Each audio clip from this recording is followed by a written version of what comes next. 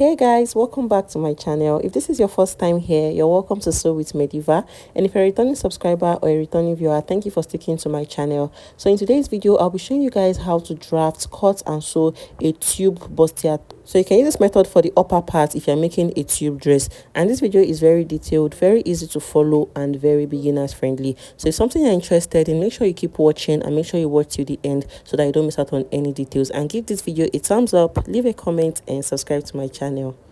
So I made use of 1 yard of Ankara fabric for this top, and I have my pattern paper here, my tape rule, my ruler, my marker and my scissors. So we're going to draft on the pattern paper for more clarity and accuracy of measurement. So let's go ahead to do that now.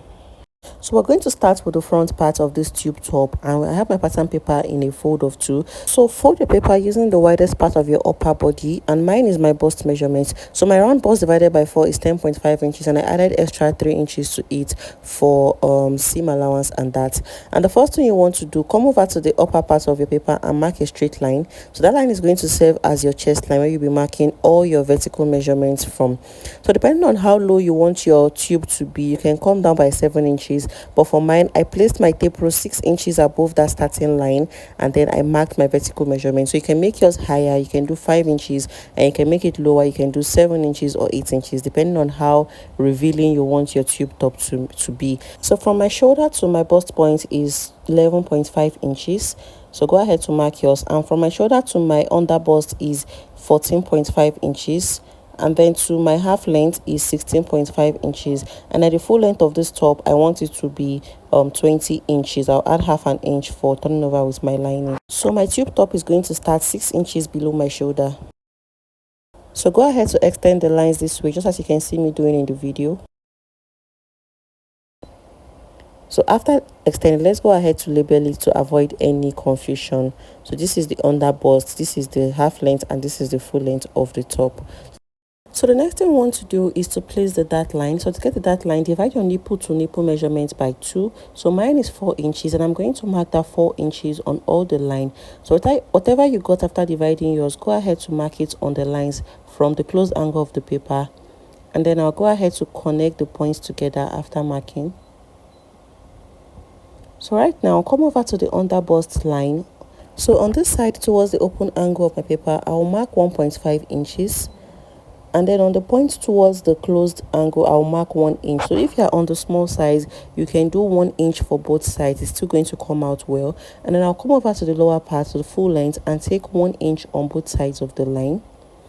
So after doing that, I'll connect the points together. So a smaller size can do 1 inch on all the sides of the line. And then after doing that, I'll come over to my bust point and come down by 0.5 inches. You can do 1 inch if you want, but I always use 0.5 inches for mine. So I'll go ahead to just use my curved ruler and just connect the points together this way. And then I'll do the same thing for the other side.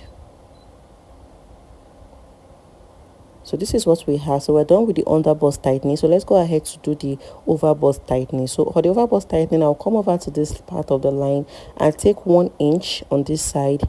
And on the other side, I'll take 1 inch also. So you can do 0.5 inches for both sides if you're working for a small sized person. And then I'll use my curved ruler to just connect the points together down to meet the bust point.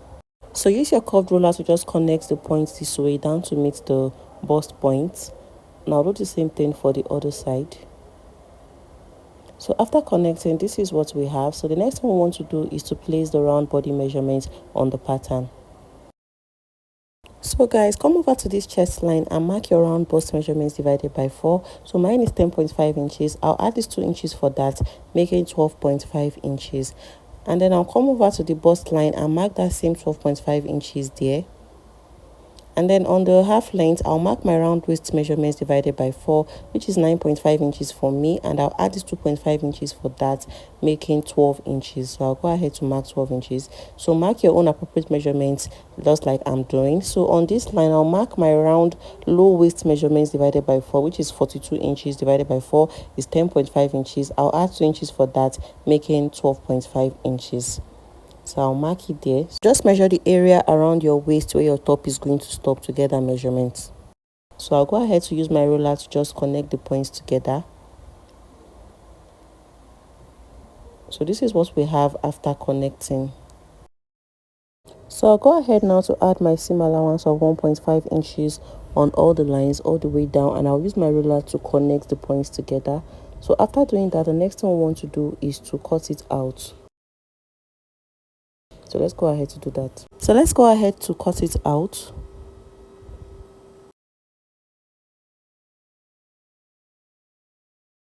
So that area that I'm shading, I'm also going to cut it out.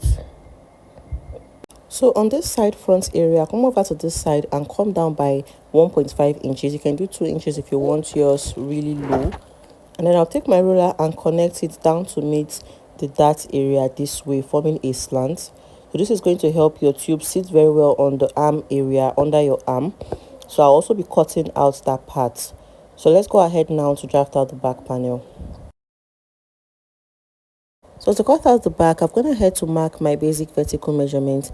So the back panel is going to have a zipper allowance of 2 inches. So place your tape rule 6 inches above the starting line, just like you did with the front. And then I mark from my shoulder to my bust point, which is 11.5 inches, and to the half length, which is 16.5 inches. And then the full length of the top is 20.5 inches. So I'm cutting on only one pattern paper now. So when I'm cutting on my fabric, I'll cut out 2 pieces of it. So the next thing you want to do is to mark your dart measurement. So go ahead to divide your nipple to nipple measurements by 2 and mark whatever you have there. So mine is 4 inches, so I'm going to go ahead to connect all the points together. So after doing that, come over to the full length of the top and take 0.5 inches on both sides of the line, and then connect it down to meet the the upper part of the top this way. So this is what we had. The next thing now is to place the round body measurements. So I'll come over to the bust line and place my round bust measurement divided by 4. So remember to take in all your measurements before the zipper allowance, and I'll add a half an inch for that. That is 11 inches. And on the half length line, I'll mark my round waist measurement divided by 4, which is 9.5 inches, and I'll add the 1 inch for that as well, making 10.5. And on this line, I'll mark the same thing I did at the front, which is 10.5 inches plus 1 inch for that, making 11.5 inches. So go ahead to mark your own appropriate measurements on this line, and then connect the points together when you are done. So I'll add that same 1.5 inches for seam allowance on the back panel, and then connect all the points together. So after doing that, the next thing I want to do is to eliminate the zipper bulge. So I'm going to remove 0.5 inches from the zipper allowance. So just mark 0.5 inches there, and then I'll connect it to meet the upper part this way, forming a slant, and then to the lower part. So we're going to be cutting out that part. So remember that we took out 1.5 inches from the underarm area of the front panel. So we're going to do the same thing for the back, just that on the back we're going to do it all the way down to the center back. So I want the back to be lower than the front, so I'm taking out that 1.5 inches all the way down to the center back. So I'm going to also cut out this part of the back panel. So let's go ahead to cut it out. So let's go ahead to cut it out. I'll be taking out the zipper bulge allowance first, and then I'll cut out the upper part. So I'll go ahead to open up the dart area this way. So when we're cutting on our fabric, we'll just close it up this way and cut it out as one piece. So we're cutting out 2 pieces of this back panel. I hope you guys understand. So let's go ahead to open up the dart area of the front panel. So let's cut it out. So after cutting out, when you open up, you should have something that looks like this. So when I'm cutting on my fabric, I'm going to add half an inch on all these dart areas for the joining allowance. So we're going to use this now to cut on the fabric. Like I said, I'm going to cut out 2 pieces of this back panel. I'll join this piece together and use it to cut out 2 pieces for the back panel. So let's go ahead to do that now. So I've used the patterns to cut out my fabric, and this is what we have. And I added half an inch on all those that area for joining together, and also added at the upper part for turning over with the lining. And these are the back panels. I've gone ahead to use it to cut it out, and I cut out 2 pieces, as you can see. And I also have my lining pieces cut out already, and I have lining pieces for the front as well. So let's go ahead to remove the patterns while we join the fabrics. So after removing the patterns, this is what we have. So I'm going to set the back panels aside while we work on the front. So you can go ahead to iron air stay to all the pieces of the fabric to make it more stable. And so if you're making it for a client or for yourself, you can decide to just iron air stay to the pieces of fabrics. So before we join it, I'm going to cut out breast pad that we're going to use to pad the bust area. So I'm going to be using this pattern to show you guys how to cut out the breast part. So come over to this bust line and mark your nipple to nipple measurements divided by 2. So mine is 4 inches, and then I'll use dotted lines to just connect that 4 inches to the under bust and then to the upper part this way. And then for the center front, I'm going to just stop cutting at this under bust area. So let me go ahead to cut it out for you guys to see. So I'll cut out this side and then cut out the center front. So I'll cut out 2 pieces of this side and 1 piece of the center. So guys, after I use the pattern to cut out the breast part, this is what it looks like. So you can see that I still have half an inch at the upper part because I used just the pattern to cut out the breast part. So that half an inch is going to help us with turning over with our lining. So I'll go ahead now and flip this to the wrong side and place the part of the breast part, the part that has the gum, on the wrong side of the fabric. And then I'll go ahead to iron it until the breast part glues to the fabric. That's why the part that has the gum should be facing the wrong side of your fabric. So when I'm done with that, I'll show you guys the next thing to do. So after I used my iron to glue the breast part to the fabric, this is what it looks like. So you can see that it is stable on it now, and you can see the half an inch that I left at the upper part for turning over with the lining. So the next thing I want to do is to join the pieces together. So I'm going to place it this way, right sides facing each other, and I take it to my sewing machine. Using that half an inch that we added to the fabric, I'm going to join it all the way down, following the shape that we have. So you can use your pins to hold it down before you do this, but just take it to your machine and then go ahead to stitch it together all the way down. So whatever I do on this main fabric, I'm going to repeat the same thing on the lining. I'm going to join the lining pieces together. So when I'm done with that, I'll show you guys the next thing to do. So after I join the 3 pieces together, this is what it looks like. So before you turn it over to the right side, go ahead to use your scissors to just cut the seam open. So make sure it doesn't get to the point where you joined it together. Just cut the seam area open this way. So this is going to help it come out really neat on the right side when you turn it over. So guys, when you flip your top to the right side now, this is what the bustier should look like in front. So you can see the bustier is coming out really nice already. This is what it looks like. So what I'm going to do is that I'm going to place this bustier area on my tailor's ham or any round surface and just go ahead to iron it out. So you want to iron out the seam so that it becomes really neat on this side, and you want to open it up and just iron it out. So go ahead to do that, and when I'm done with that, I'm going to use my lining pieces to turn it over. So I have already joined them together just like I said earlier.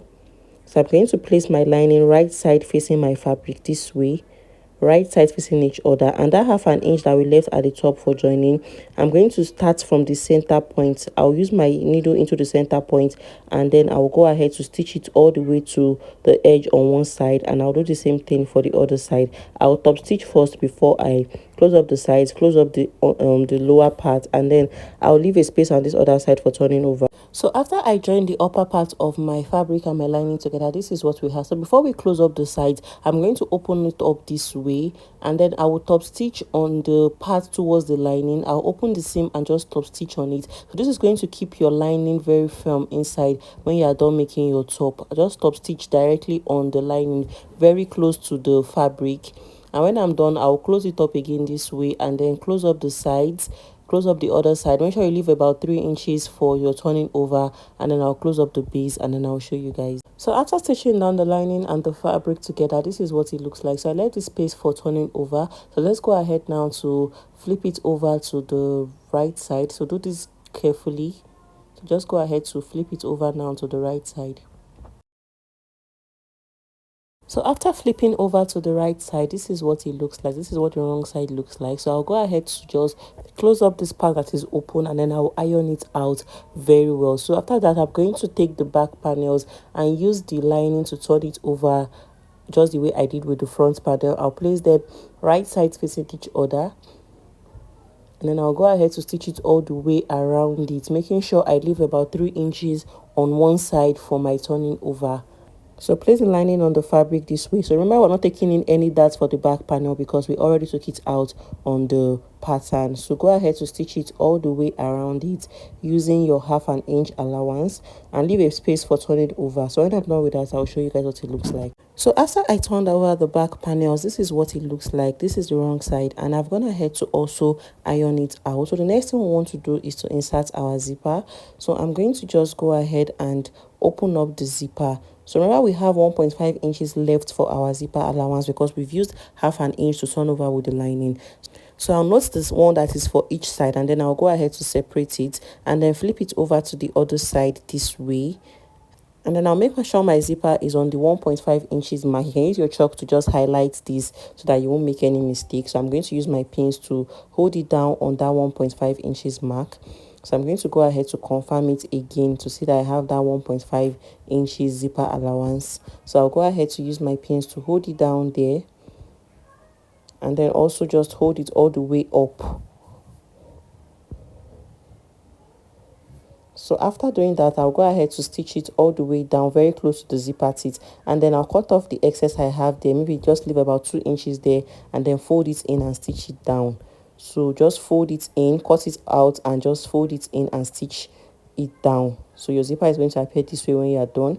So do the same thing for the other side. Flip it over this way and then go ahead to stitch it all the way down. You can use your pins to hold it down first. Stitch it on the 1.5 inches mark, and when I'm done, I'll show you guys what it looks. So after inserting the zip, this is what it looks like, and you can see how neat it came out on the wrong side also. So the last and final thing we want to do is to join the front and the back panels together. So I'm going to place them on each other this way, and then I'll use my remaining 1 inch seam allowance to join the sides together all the way down. You can use your chalk to mark it before joining, and then I'll do the same thing for the other side. When I'm done with that, I'll show you guys the finished product of the top. So guys, after I joined the sides together, this is what the finished product of the bustier looks like, and you can see how neat it looks. And guys, this bustier is perfect on my body, and I really loved how it came out. So guys, if you found this video useful, don't forget to give it a thumbs up. I hope you learned something new. So give it a thumbs up, leave a comment, subscribe to my channel, and share with your loved ones. I'll see you guys in my next video. Bye.